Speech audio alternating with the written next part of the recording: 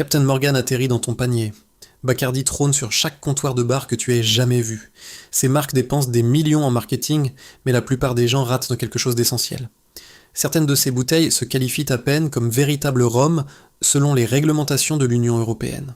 Aujourd'hui, on classe les 12 marques de rhum les plus connues disponibles dans les magasins français, des plus décevantes à celles qui tiennent vraiment leurs promesses. On commence par le bas du classement.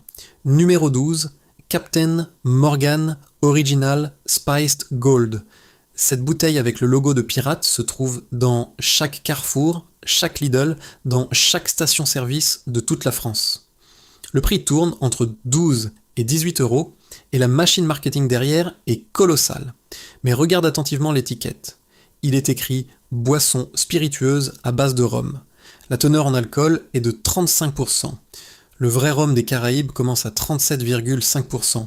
Minimum, souvent plus. Ça te dit exactement à quoi tu as affaire. Au nez, t'es frappé par la vanille, le sucre roux et des épices, on a qui sentent un peu artificielles. En bouche, la douceur domine absolument tout. Cette douceur dissimule le fait que l'alcool de base lui-même a très peu de caractère. La finale arrive et repart rapidement, laissant de la vanille et quelques épices. C'est pourquoi Captain Morgan fonctionne avec du coca. Ce rhum a été conçu pour être mélangé, là où d'autres saveurs peuvent masquer ses faiblesses. Bu seul, il a un goût unidimensionnel. Pour beaucoup de gens, c'est leur premier rhum de leur vie, comme les petites roues d'un vélo, avant de passer à quelque chose de plus sérieux. Comme point de départ pour une soirée, il remplit son rôle. Comme rhum à véritablement déguster, il ne répond pas aux attentes. Numéro 11, Bacardi Carta Blanca. L'histoire remonte ici à Cuba en 1862.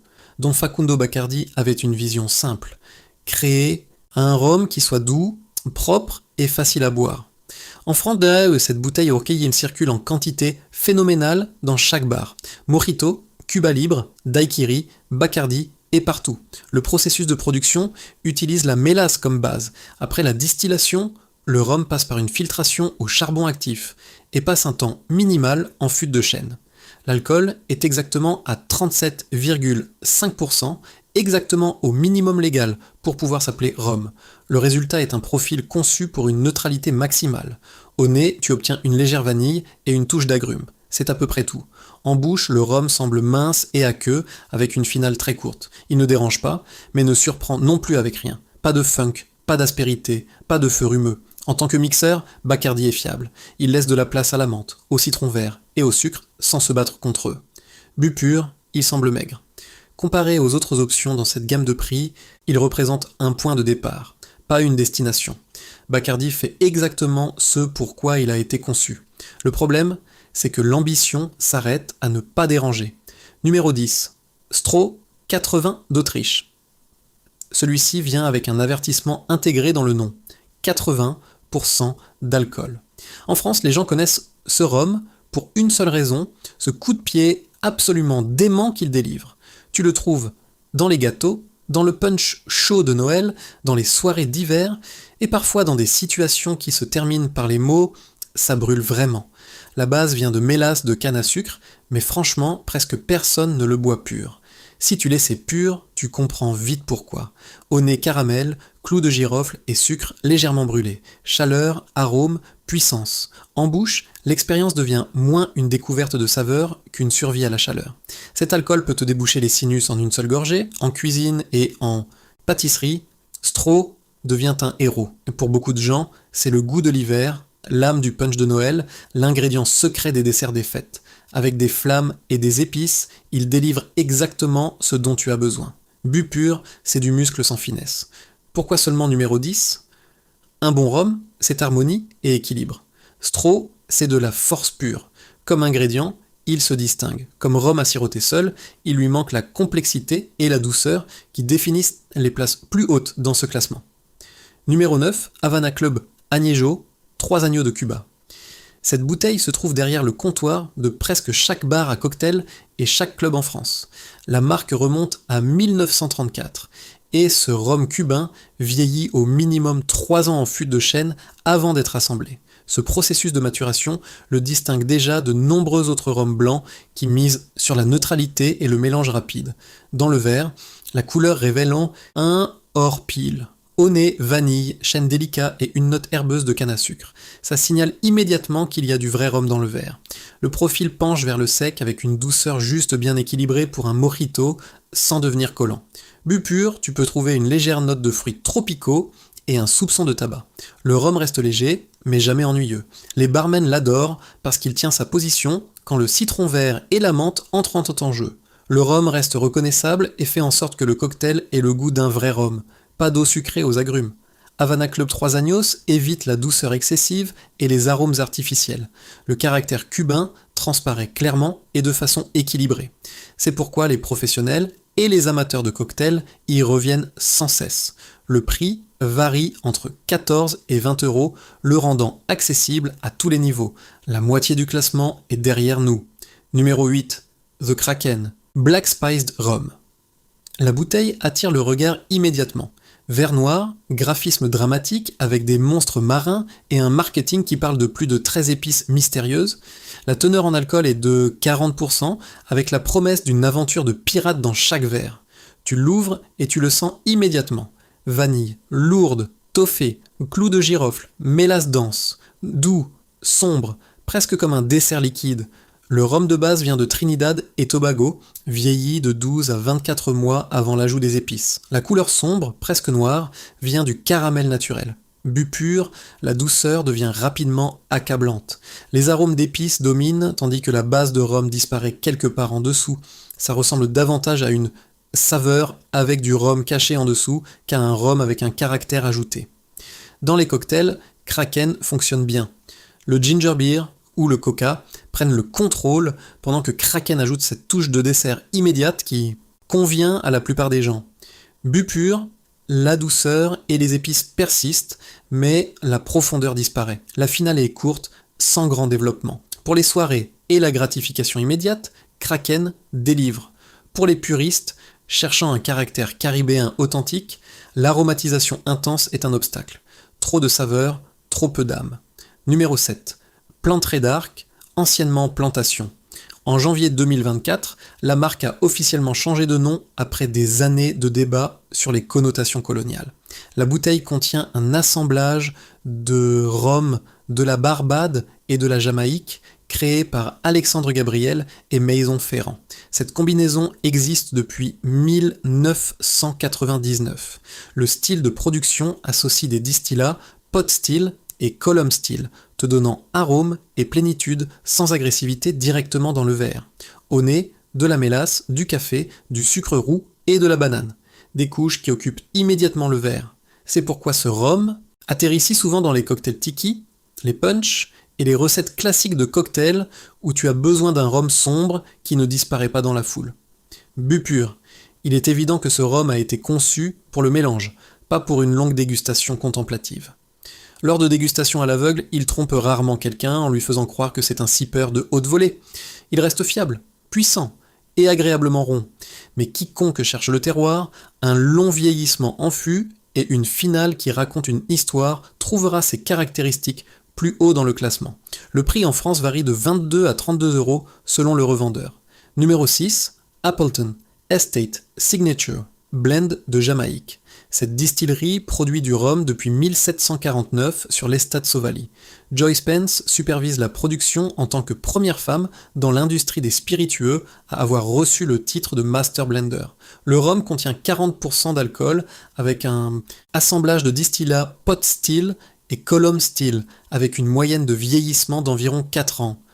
Dès la première gorgée, le zeste d'orange, la noix de muscade, un chêne délicat et cette fraîche note de banane persenne.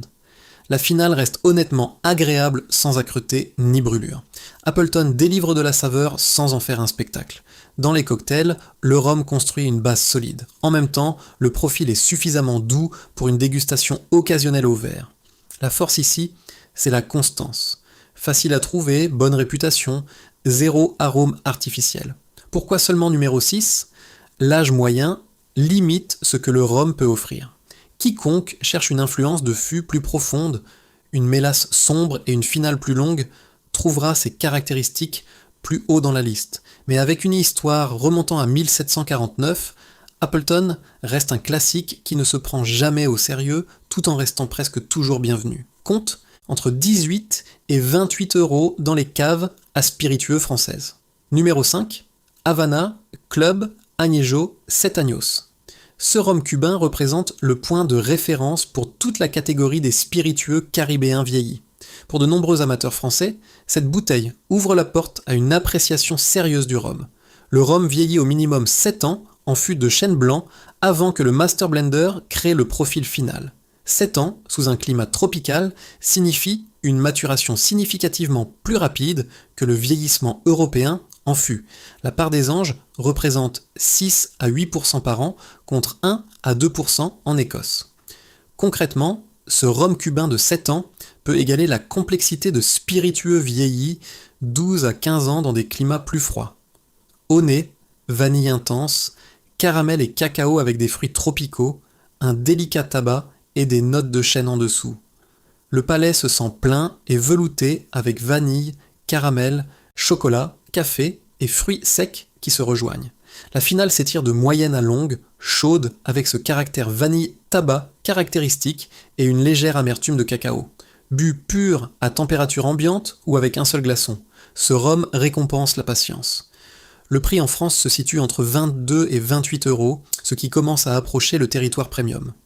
Certains pourraient argumenter qu'à ce niveau, la concurrence d'autres régions devient intéressante, mais pour le pur style cubain exécuté avec élégance et équilibre, Havana Club 7 Años reste l'étalon à l'aune duquel tout le reste est mesuré. Numéro 4, Mount Gay X, eau de la Barbade. Mount Gay construit toute son identité autour de la Barbade et de l'année 1703. Des documents confirment la production de rhum à cet endroit depuis cette date, en faisant la plus ancienne distillerie de rhum documentée au monde. Avec XO signifiant extra old, l'accent se déplace loin des astuces d'épices ou de la douceur festive. Il s'agit ici de caractères vieillis. Le triple cask blend met l'accent sur le travail du fût et l'âge, plutôt que sur l'esbrouf. L'assemblage comprend des rhums vieillis de 5 à 17 ans dans des fûts de bourbon et de cognac. Cette combinaison crée un style distinctif. Tu obtiens de la noix de coco, du caramel, des fruits secs et une finale qui reste douce et chaude, presque comme un coucher de soleil sur l'Atlantique. L'alcool est à 43%, puissant mais maîtrisé. Ce rhum récompense la patience. Laisse-le respirer dans le verre et davantage de couches émergent. Chêne, noix de muscade, parfois même quelque chose se rapprochant du chocolat. Beaucoup de gens l'aiment pour l'histoire et l'héritage. C'est souvent l'endroit où les débutants expérimentent pour la première fois à quel point un rhum correctement vieilli peut avoir un goût différent, quand il a été conçu pour la contemplation et non pour les soirées. Le seul problème en France, seul est un prix généralement sensiblement plus élevé que les bouteilles voisines sur l'étagère. Mount Gay XO mérite cette position en combinant profondeur et héritage documenté. Le top 3, numéro 3, Eldorado 12 Year Old de Guyane. Ce rhum verse la tradition guyanaise du Demerara directement dans ton verre. Lourd, sombre, complexe, derrière ce rhum se trouve la Diamond Distillery, mais la partie véritablement exceptionnelle concerne l'équipement de distillation historique, y compris le coffee still en bois et le double pot still en bois qui fonctionnent encore en Guyane aujourd'hui. Ces alambics antiques confèrent au rhum une identité caractéristique impossible à reproduire ailleurs. Épicé, dense, avec un puissant caractère de fruits secs qui s'approfondit à travers 12 années de vieillissement. Ensuite, il glisse lentement vers quelque chose de plus sec, avec du chêne, du cacao et une légère touche de fumée. L'alcool est à 40%, maintenant la chaleur sous contrôle. Les couches ont le temps de se construire et restent avec toi-même quand le verre est vide depuis un moment. Eldorado récompense la patience. C'est un rhum lent. La tradition et le style percent vraiment ici, pour les cocktails tiki classiques, comme sipper riche en soirée ou simplement pour un moment de tranquillité. Ce rhum s'avère nettement plus intéressant que beaucoup de marques plus jeunes et trop sucrées. La seule limitation, il est presque trop riche pour être jeté n'importe comment dans quoi que ce soit. Il est meilleur pur, ou peut-être avec une petite goutte d'eau pour ouvrir encore plus de complexité. Le prix varie de 32 à 45 € dans les caves spécialisées. Numéro 2, Diplomatico Reserva Exclusiva du Venezuela. Contrairement à l'Allemagne, où des problèmes de marque imposent le nom Botucal, en France cette bouteille est bien vendue sous son nom d'origine, Diplomatico.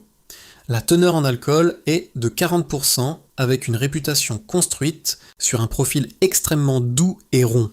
L'assemblage contient des rhums pot still vieillis jusqu'à 12 ans. La direction aromatique transparaît très clairement. Caramel, zeste d'orange, cacao, épices douces. Tout arrive immédiatement. La texture est dense, presque sirupeuse, et c'est là que les discussions commencent. Certaines personnes adorent cette sensation chaude et luxueuse. D'autres le trouvent trop sucré, trop lisse, arguant que le caractère rumeux se perd quelque part en chemin. Malgré le débat, comme cadeau et comme bouteille de soirée, Diplomatico est brutalement efficace, parce que presque tout le monde peut le boire. Ceux qui préfèrent les rhums secs avec les aspérités du fût ressentent souvent un manque de complexité, mais la bouteille disparaît quand même constamment des rayons français, et ça représente la preuve la plus forte possible. Le confort se vend, le rond l'emporte souvent sur l'exigeant. Le prix varie entre 35 et 48 euros selon le magasin, que ce soit chez Nicolas, à la grande épicerie ou dans une cave à vin spécialisée. Numéro 1, Ron Zacapa 23 du Guatemala. Ce rhum occupe la première place avec une combinaison qui a rendu cette bouteille célèbre. Séduction et controverse ensemble. Le grand 23 sur l'étiquette ne signifie pas que chaque goutte a vieilli 23 ans. C'est un assemblage de rhum vieilli entre 6 et 23 ans en utilisant le système Solera. Le chiffre indique la limite supérieure de l'assemblage et les amateurs de rhum débattent de cet étiquetage depuis des années. Le vieillissement a lieu au Guatemala, dans ce que la distillerie appelle la maison au-dessus des nuages, à environ 2300 mètres d'altitude. Des températures plus fraîches signifient une évaporation plus lente, et le rhum se développe plus progressivement qu'avec le vieillissement tropical classique dans la chaleur des basses terres. Cette différence s'entend dans la texture. Zacapa n'a pas d'arrêt de vivre ni d'agressivité. Le profil est doux, presque velouté. L'alcool est à 40%, au nez apparaissent miel, ananas séché, butterscotch et vanille. Au palais se joignent noix torréfiées, fruits secs, cacao et épices. Complexe mais toujours lisse, zéro brûlure, zéro âcreté rugueuse. Pourquoi Zacapa occupe-t-il la première place ? Pour beaucoup de personnes, ce rhum sert exactement de pont idéal. Un rhum qui n'effraie pas les débutants, mais qui porte suffisamment de profondeur pour ne pas ennuyer immédiatement les plus expérimentés. Certains célèbrent l'équilibre, la texture et l'héritage. D'autres continueront de débattre de l'étiquetage de l'âge. Les deux perspectives contiennent une part de vérité. Et c'est précisément ce qui rend ce rhum si marquant. Le prix en France se situe entre 48 et 65 euros dans les épiceries fines. Les caves Nicolas et les boutiques spécialisées le plaçant fermement en territoire premium.